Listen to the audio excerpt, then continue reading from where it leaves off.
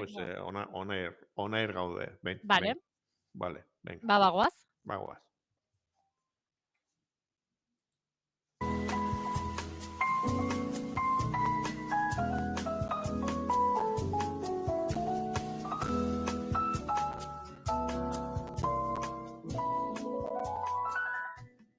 Goizerokoaren lehenengo orduan jarraitzen dugu, goizeko 10:29 minutu ditugu eta aurkezpenean esan bezala sustatuko lagunak prest ditugu, teknologia eta euskara uztartzen dituzten albisteak sustatu.eusen publikatzen dituzte, horietako batzuk aukeratu eta hementxe gurean kontatzen ditugu, irrati bidez entzungai eta Twitch bidez ikusgai. Luischo Fernández, egunon. Egunon. Zer moduz?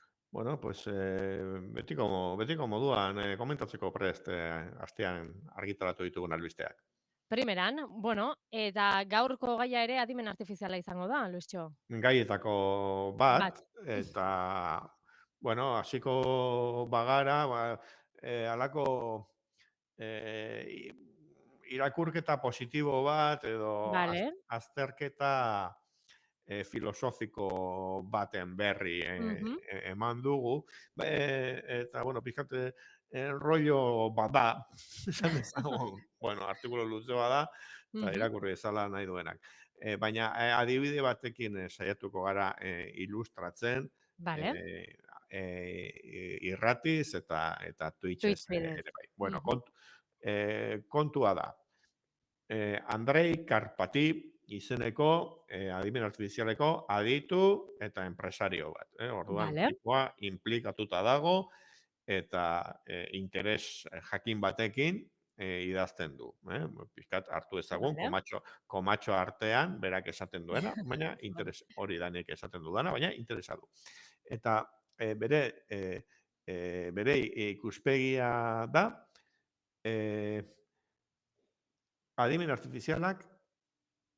adimen artifizialeko gaur egungo tresna hauek laguntzen diotela erabiltzaile arruntari. Vale. Guri. Demagun. Eskura ditugu, erreztasunak ematen dituzte hizkuntzarekiko adibidez. Gauza askotarako. Vale. Zergatik. Bueno, batetik dira, edozer kontutaz asko dakiten gauza bat. Orokortasun handiarekin erantzuten dute. Eta guk, adibidez, ez dakigula asko honetaz edo hartaz, atera ezakegu erraz etekina. Vale. Individuo bakoitzak atera ezakena, bueno, pues hor ulertu daiteke. Baina berak esan du, aldi berean, korporazio batek zailagoa daukala etekina ateratzea. Aha, vale. Korporazioaren esparrua ez da orokortasuna. Baizik eta alde jakin batean espezializatua. Abokatu bulego batek lege ez dakite eta prozedurez eta horretan. Guk hartzen dugu, txusten juridiko batzuk hartzen ditugu eta PDF batzuk igo adimen artifizial baten, eta laburpen bat ematen digu guri balio diguna. Bai. Ari labur, bulego berezituari ez dio asko balioko, eta aldiz horretan konfiantza gehiegi egiten badu, adimen artifizialaren errore horiek, aluzinazioak, gezurrak asmatzen dituztela, eta horiek arrisku handian jarri dezakete praktika legala, ezta? Berdin, demagun ingenieritza batekin, ez? Zubiak eta tunelak egiten dituen ingenieritza batek, nik txosten bat hartu eta laburpen bat lortu ezaket horrekin, eta baina ingenieritza batik arriskutsuagoa da, ez? Eta orduan, kontsulta laboretarako gainera, inok behar baldin badu abokatu bat, olako bat, aurrezten digu, hori, erabiltzaile arruntoi ere bai. Eta hori dio Karpatik, orduan da, teknologia bat, erabiltzaile arruntentzat, eta baita ere, doako kontuekin gaur egunean, halako erraztasun tekniko batzuk ematen dizkiguna eta aprobetxatzen duguna. Eta adibidetxo bat jartzea gatik. Begira, ze sartu dugun, gure bideo hauen, gure jardun hauek zuzenean ematen ditugu, baina gero Bai, enpaketatzen dugu eta YouTubera kargatzen dugu, ez? bai, Eta hala da. erakutsiko dizuet YouTubeko gure kanala. Vale. Hementxe dago, hemen gaude, Bai, gure aurpegi alaiak agertzen dira bai, bai. bideo guztietan, eta klikatuko dut batean. Orain dela bi astekoan, Vale, oso ondo. isilduko dut. Vale, Begira zer dagoen hemen. Gaudituko dut. bai. Hau da, bideoaren laburpen bat egin dugu. Ze segundutan, ze gaita ze jardun Mhm. genuen, orain dela bi aste. Euskara telefonoetan nola zegoen, Bai, 52 izeneko adimen artifizialeko tresna bat poesia hori da. egiten zuena, Bai, mikramak hor gaizki idatzen du, mikrodramak ziran, hori da, baina bai. ikusentzunezko formatu berri bat zala, eta orduan, eta gainera klikagarri puntu bakoitzera joateko. Bueno, hau egin dugu Notebook LM tresnarekin.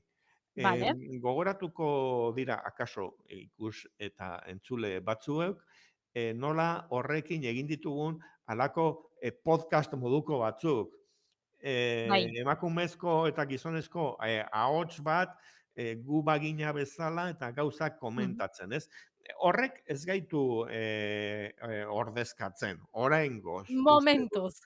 Baina hartu, eta hau bakizu nola sortu duen, YouTubeko URL-a eman, Notebook izeneko tresna Vale. horri, eta berak eman digu laburpena, eta hartu eta Duzue. kopiatu egin dut. Orduan, nik lankide batek erakutsi dit, eta ja ikasi dut Bai. nik egiten horrengo ataletan ere olako laburpenekin joango da. Mhm. Orduan, gu erakunde bat gara, demagu, sustatu, eta segure irratire bai, baina hau hartuta pertsonalki egiten dugu. Erakunde txiki bat Bai. garelako, eta hau egin dezakegu lasai asko. Aldiz, erakunde handiago bat adimen artifizialaren hasten denean, komplikatuago izan daiteke hobekuntzak lortzea. Hau da, hobekuntza simple bat, balio duena, Mhm. bideoan puntu jakin bat interesatzen bat zaizu. Bai, bai, bai, Bertara bai. joateko, eta bentaja bat da. Gero, Mhm. mikrodrama, memikrama bihurtu du, eta, Bai. bueno, igual berrikusi behar nuen, ezta? Baina, balio dit, balio dit. Bai, bai, bai, bai, noski. Hartu, 30 segundoan egin dut, aurrezten dit lana, planetaren amaiera gertu jarri dut hori barkatu, baina bueno, onura batzuk ikusi daitezke. Adibidez, baina aldiz, ikusentzunezko erakunde handi batek, EITBek ikusi genuen nola, bere podcast batean sartu Bai, zuen Pello Zabalaren ahotsa berregina. hori da. Bueno, hori egin ahal izan dute, ez tresna bat hartu eta tal, baizik eta agente jakin bati deitu eta lan pixkatekin. Bai.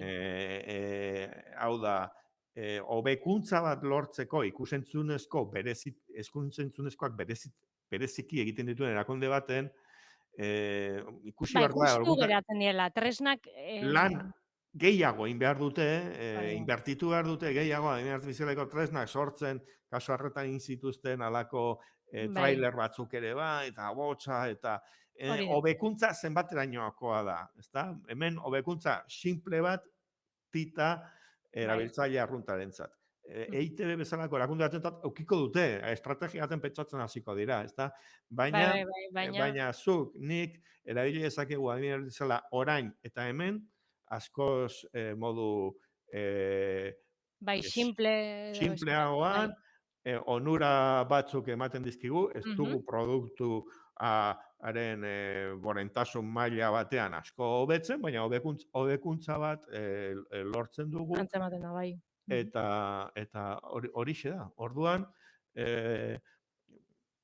arrisku ez, eta oker ez, eta aritzen gara, baina interesgarria iruditu zitzaidan ikuspegi hori. Bai, Eta akaso dalako momentu honetan, baliteke adimen artifizial orokorretatik superberezituetara pasatzea, benetan lortzea ikusentzunezko korporazio batek magia egiteko, Bai, bai, pelikula bai, bai. osoa generatzeko, eta une hori iristen denean, urte batzuetara edo, igual egoera zertzen da, eta berriro adimen artifizialaren Bai, hortik kanpo onurak edo bai, geratzen dira korporazioen esku, claro. individuo gu bezalako esan dizaiogun, ez? Gizaki arrunt, gure buruari hola ditu dizegun. Gizaki arruntontzat baino gehiago, baliteke korporazioen tresna izatea nagusiki gurea baino gehiago. Baina momentu honetan, beste ikuspegi bat, Bai. eta Gero izan daiteke ere proba momentua horretaraino iristeko.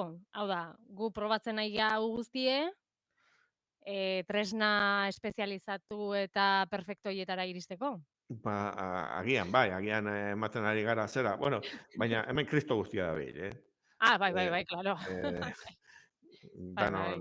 Txostenen eguneko 80 horrela idazten dira, diru laguntzetara aurkezteko, bla, bla, bla, bla, bla. Bilerak ikusi genituen ere. Transkribatzen dituzte, zakin, eta, bueno, Bai, danok. orain gure laburpenak ere, horrela. Baina, bueno, laburpena baino lehenago lan pixka diten dugu, ez da, bintzat, Bai. lokuzioa benetakoa da orain. Laburpen hori egiteko gu lehenengo saioa egin behar dugu, bestela ez da Hori da, estatu nidatzi, gero elkartu hemen, barriketa eman, hori da. Bueno, baina hori erakurketa positibo bat egin duela, esan duzu Andre Karpati. Bai, Eslovakiarra da, estatu batuetan lan egiten du, baina... Eta, bueno, albiste osoa sustatu.eu zen. Bai, eta gero artikulu bat inglesaz badakizu, irakurri gehiago jarduten badu, duelako Karpati lagunak. Hori da. Bueno, teknologia eta euskara. Luistxo, saio hauetan. Bagoaz, F-Droid. Bueno, bale, F-Droid webgune euskaraz dagoela. Vale. Zer da F-Droid? Bueno, joango gara, berriro pantalla partikatuko dut. Webgune bat, aplikazio bat, esan duzu, webgune bat, ezta? Bi gauzak. Vale. Hemen txedakagu, F-Droid, zer da F-Droid? Da Androiden aplikazioak instalatzeko Google Play esten denda bat. Vale. Alternatiba bat? Bai, eta orain nago erakusten, F-Droid, eta juten bagara lehen horrira, eskaintzen dizu aukera, QR kodearekin aplikazioa bera instalatzeko, baina da aplikazio bat Google Play bezala beste batzuetara iristeko. Baina bi baldintza ditu honek. Batetik, Googleen esparrutik askatzen da bat, Google Play morrontza batzu ditu, onartzen ditugunak, asko. Bai. Zure Gmail identitatearekin. Bai, hori da. Agintzen dugu ez dugula terrorismorik egingo, eta, bueno, normalean ez dugu egiten. Bueno, holako baldin, eta beste batzu. Gero gure baimen guztiak eman, eta, bueno. Orduan, Google dependentzietatik askatzen aske dauden aplikazioak dira hemen, eta gero oso zorrotzak dira ere software librearekin egindako aplikazioak bakarrik onartzen direla. Kontrol batzuk ere pasatzen ditu aplikazio batek ona igotzeko. Eta kontrol batzuk pasatzen baditu, orduan, ez da ere aplikazio arraroak instalatzeko edo susmagarriak, ustez, baizik eta benetan kode irekiarekin eta funtzionalitate seguruak eskaintzen dizkizuten, ikusteagatik, menze proposatzen dute Thunderbird. Thunderbird da e-posta sistema bat. Gmail iku beharrean zerean, beste modu bat ez nahi baduzu zure e-posta kudeatu, hortxe, ez? Joko aukera batzuk berba daude, eta gainera ikuste ditugu, euskeraz daudela deskribatuta. Railtrip, bidaiatu tren geltokietan zehar, zure pasaportea zigilatzeko balako jokotxo bat izango da.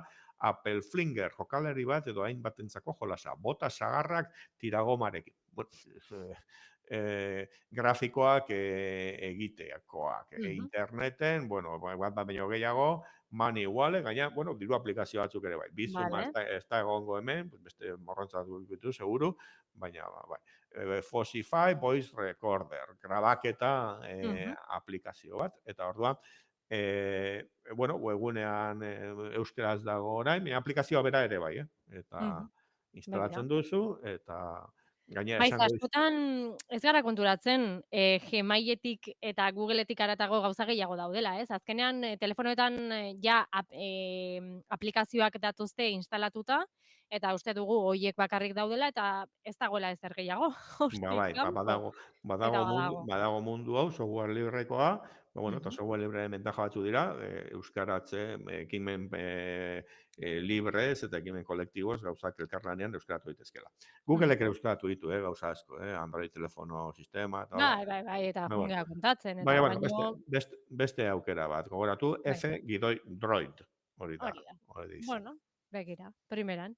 Mhm. Eta bagoaz proiektu batekin, ezta? Bueno, proiektua, nik hemen apuntatu nekan mengalena. Bale, bai, bale. Nik Bueno, proiektu proiektu. izan, bai. Teknologia zaharrak. Bai, hori da. Behingoagatik. Bueno, Bai, erakutsi dezagun, hau ere, pantalla beste batekin. albiste bat neuken irikita. Baina hau proposatu genuen, ez da? Gure Bai, izan mezu daike, izan daike. trukean. Bai. Vale. Bai, Bueno, beste gaurko bateak gusten du. Ba. Dakit zer den, nola. Bale, ze mendetara goaz. 16. mendera goaz, Bai, eta mengala bat da, modu arruntagoan ulertzeko, Mari Domingiren txanoa. hori da. Buruko adardun bat, edo Mhm. halako luzapen handi batekin, eta albo batera aurrera atzera Normalean luzatzen tela den. zuri Bai. batekin egina, Eta, bai. bueno, artikulu bat ikusi genuen, Eider Rubio, dantzariak dantzan.eus argitatu zuen, 16. mende hasierako liburu bat aipatuz, non ilustrazio mordoa dauden Europako jantzienak, Vale. eta autorea Euskal Herritik ere pasatu zen. Eta han identifikatu zituen mengala mordo bat, eta, bueno, dantza nola egite zuten, ze jantzirekin, eta gero, atentzioa deitu zigun, irudietako batek, bere, bueno, hor antzinako letra horietin jartzen duena dela, emakume bat mendira, Euskal Andrazko bat mendire igotzeko jantzia. Orduan, ternuarekin beharrean, alako tela mordo Bai. batekin, eta buruan mengala, ez? Eta, bueno, pixkat, aitzakia horrekin, bueno, dokumentatu ditugu lotura batzuk. Vale.